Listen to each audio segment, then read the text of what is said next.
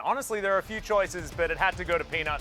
I personally think that Chovy was robbed, but this guy had a fantastic game. A whole lot of the plays in the early stages of the game reminds me of the Tarzan Lahens combo with the Skana coming out. Yeah. Lahens had a really good game. Jinx Victor. Jinx is amazing into Ziggs. Oh, yeah. Another idea. Looks like they're going to go for the Corki regardless, is that you are going to be substantially weaker in the mid 2v2. Casually get them through the early game, and then the amount of damage they have available is insane. And I don't think Deft is going to be able to get a lot done here in this game. He's still level 2. Well, never mind. He's pretty far up, and the chains will land. So now, only now will he see Pyosik, and it doesn't matter what champion you are, if you get that kind of reaction. I don't know about this. This is Wave coming in. Extremely aggressive. The tether is going to land. They get on top of Deft. It's a lot of damage coming out, but Lahens will burn down, as they will trade the kills for now. This is going to deny a bunch of the CS going the way of Deft, and they're looking for more as the Q comes in. Peanut flashes away, and he makes that gank absolutely worth. Really nicely done. Very, very well set up. As you already pointed out, Veldet cleared his entire bot side. There's no way that he's going to be near this play.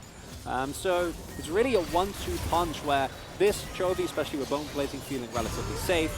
Not quite in time to Valkyrie away, but then Peanut, knowing that his opponent is going to be topside based on his clear, just happily working together with Leona. Such an incredibly strong early game pick. Although even Eclipse, not enough to save her there. And then subsequently just going in, knowing as Lee you can get out the easiest. Don't know if he had to flash, but I don't mind him not risking it. He's like, I don't really care what's happening with these guys. Wow, flash in, trying to get on top of Deft. There's so much damage coming out here. The last auto will be enough. And they take down Deft again. No flash, and Lahens still had his. That's going to be one kill into another. Lahens is just insane in this series. He sets up yet another couple of kills in the bottom lane and puts Gen G's bottom lane even farther ahead. I want to highlight, but what's more important is how differently this roster is playing. Ruler is playing, as you already pointed out, an awesome dude. But if there's one player that we set for the entirety of 2021 who is in any lane and get out ahead, that is incredibly scary as all the hands. Okay, he's gonna dodge.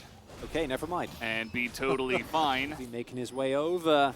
He can definitely kill Deft here, and Deft is not going to respect it. He has his flash. He does not even bother.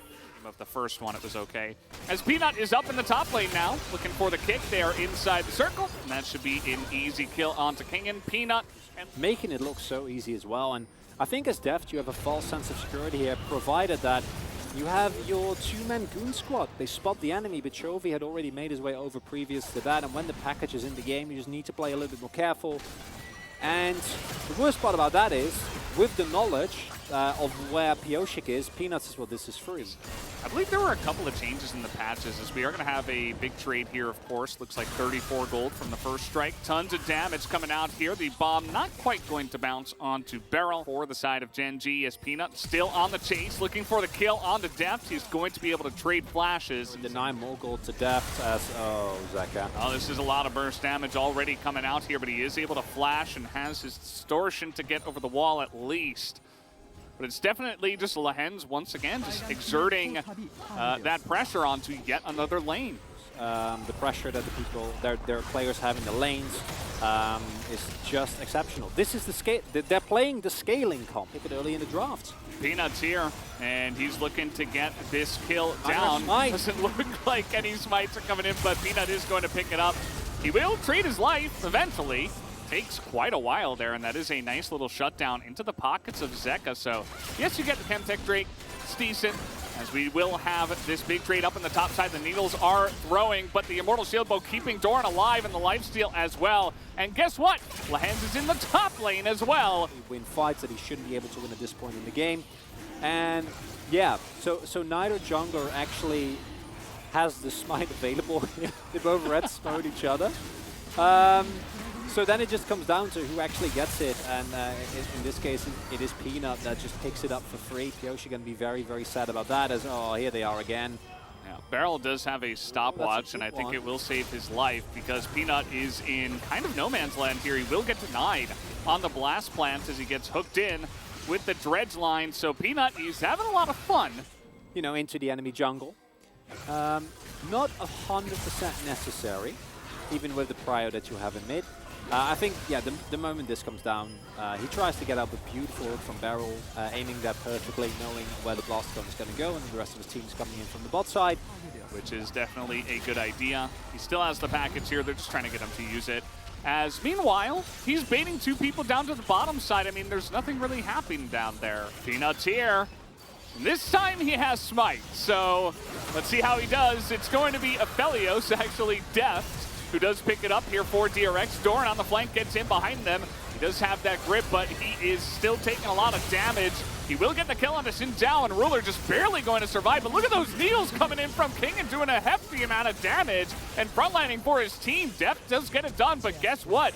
Chovy is still alive. He was having fun on the top side of this fight, and he will be able to clean up the rest of it. It does look like Severum does come out, but that is a big missile to the back from Chovy, and they will even give him, actually they give it to Doran. Doran picks up the kill, and it's still a decent fight in the end for Gen G. Doran, I will definitely use it, but a much closer fight than initially was expected, and I think a large part of the credit for that goes to Zeka. In addition to Deft's really nice positioning in this game, able to get out of the pit, doesn't get stuck there, and then Doran a little bit over-enthusiastic, and then look at his blow coming through here. It's the combination of the needles coming through from King, and he does a great job of keeping the rest of Gen G in the pit, and then the subsequent blow-up. Yeah, the fact that he survives is He's so tanky! He doesn't even, I don't think... How is that allowed?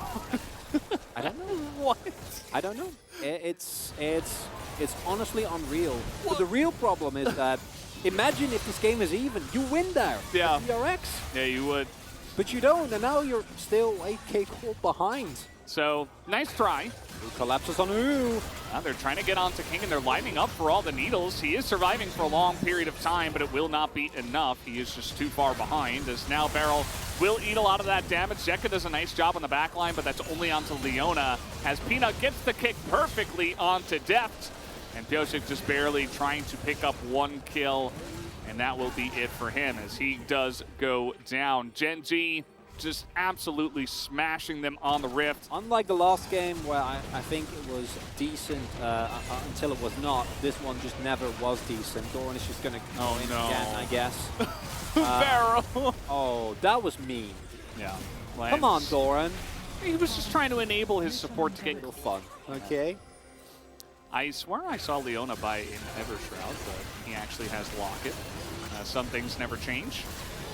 As, yeah, King just gets caught out there, and not much you can do even as when. Yeah, you see how far behind they are, right? Like the fact that Deft hits what I think was a 3-man ultimate and then just does nothing with his flames. There's nothing that actually comes of it.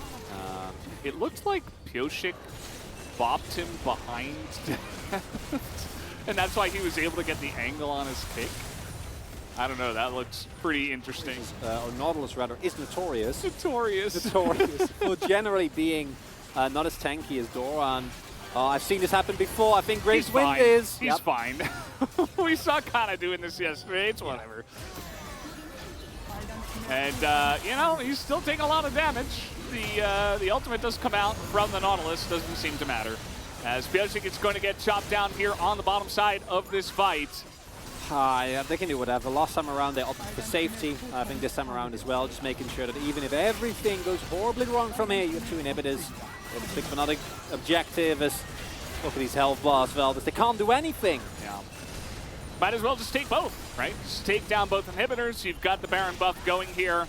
And it does look like they will actually just get into the portal. I feel like this is almost just for fun. Way. Gen G just having a ball of a time here tonight.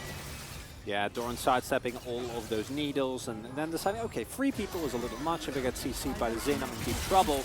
But then here again, like, the damage isn't there. Really nice ultimate by Ruler to spread up this fight, and then Chovy in the backline, doing absurd amounts of damage, nothing that DRX can do. Zeka does some damage. Yeah? That was pretty nice.